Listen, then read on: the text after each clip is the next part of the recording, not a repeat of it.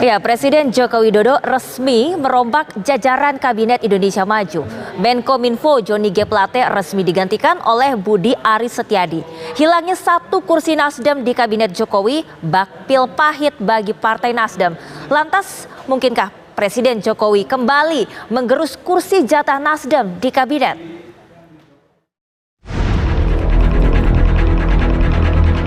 Presiden Joko Widodo resmi merombak jajaran Kabinet Indonesia Maju. Menteri Komunikasi dan Informatika Johnny G. Plate yang tersandung kasus korupsi pengadaan PTS Kominfo resmi diganti oleh Budi Aris Setiadi yang sebelumnya adalah Wakil Menteri Desa Pembangunan Daerah Tertinggal dan Transmigrasi. Dalam kesempatan tersebut, Presiden juga melantik 5 Wakil Menteri dan 2 Dewan Pertimbangan Agung. Tidak seperti kasus korupsi yang menjerat kader Gerindra, Edi Prabowo yang saat itu merupakan Menteri Kelautan, Partai Besutan Prabowo Subianto itu tetap mendapat jatah kursi yang sama. Soal gimmick dan waktu, simbol, Pak Jokowi kan simbol. Resapel selama ini Mas Arief ya, itu kan Rabu ya. Tiba-tiba itu bisa Senin dan tidak ada wakil presiden. Nah ini kan luar biasa, nggak tahu wakil presiden, intinya wakil presiden tidak hadir di istana. Nah bagaimana? Kenapa? Ada kegentingan apa sih? Ya itu yang kemudian menjadi menarik, hanya berselang waktu jam, ya kan? Berselang waktu jam kemudian kan disampaikan oleh Pak Surya Paloh revolusi mental yang gagal total dan kurang dari 24 jam loh. Ya, itu kurang dari 24 jam revolusi mental yang gagal total dan ini menurut dia sangat sayang beribu sayang. Kita belum mendapatkan pemimpin yang kita harapkan. Itu hanya kalimat dari Surya Paloh. Pak Surya Paloh. Nah, kemudian kado terpahit di hari yang sama, jam yang bersama, ada kado terpahit. Kado terpahit itu adalah setiap posisi menteri itu kan adalah ada jabatan power sharing dari kerja keras partai. Itu darah-darahnya partai.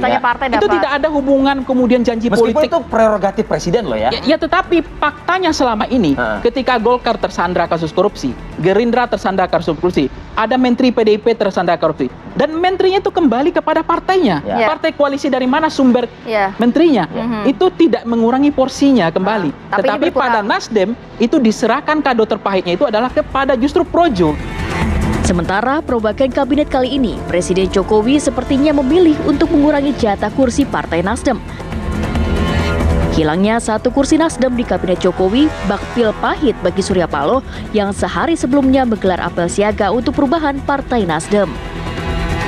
Pertama, bahwa kemudian jatah dari Nasdem diberikan kepada relawan Projo menegaskan bahwa ini adalah sebagai sebuah aksi politik yang diberikan pemerintah terhadap manuver Nasdem yang mencoba berikhtiar mengajukan pencapresan Anies Baswedan dan juga memperjuangkan narasi perubahan.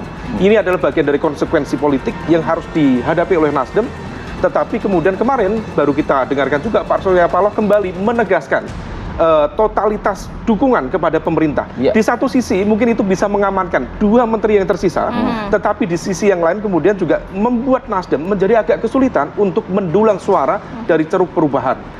Saya tidak melihat bahwa konteks reshuffle ini kemudian betul-betul diarahkan dalam konteks teknokratik ya, jadi kinerja, profesionalisme, tetapi tetap ada kalkulasi politik di sana. Terkait dengan konteks Menkominfo, kita tidak melihat Menkominfo sebagai sebuah posisi yang bukan hanya yang elit dalam konteks kabinet. Ada peran sentral di sana terkait dengan kemudian mengefektifkan basis cyberspace di Indonesia menjelang pemilu 2024. Narasi-narasi yang pro terhadap pemerintah tentu akan diamankan. Tetapi dalam konteks rivalitas dengan lawan-lawan politik yang berpotensi menyerang, menciptakan instabilitas dalam tanda kutip secara politik bisa saja kemudian dinetralisir. Nah, ruang inilah yang sepertinya ingin diamankan. Maka menjadi agak make sense mengapa kemudian Presiden Jokowi memberikan porsi dengan kewenangan yang begitu besar di Kemenkominfo menjelang tahun politik di 2024. Lantas, mungkinkah Presiden Joko Widodo kembali menggerus kursi jatah Nasdem di Kabinet? Dari Jakarta, tim TV One mengabarkan.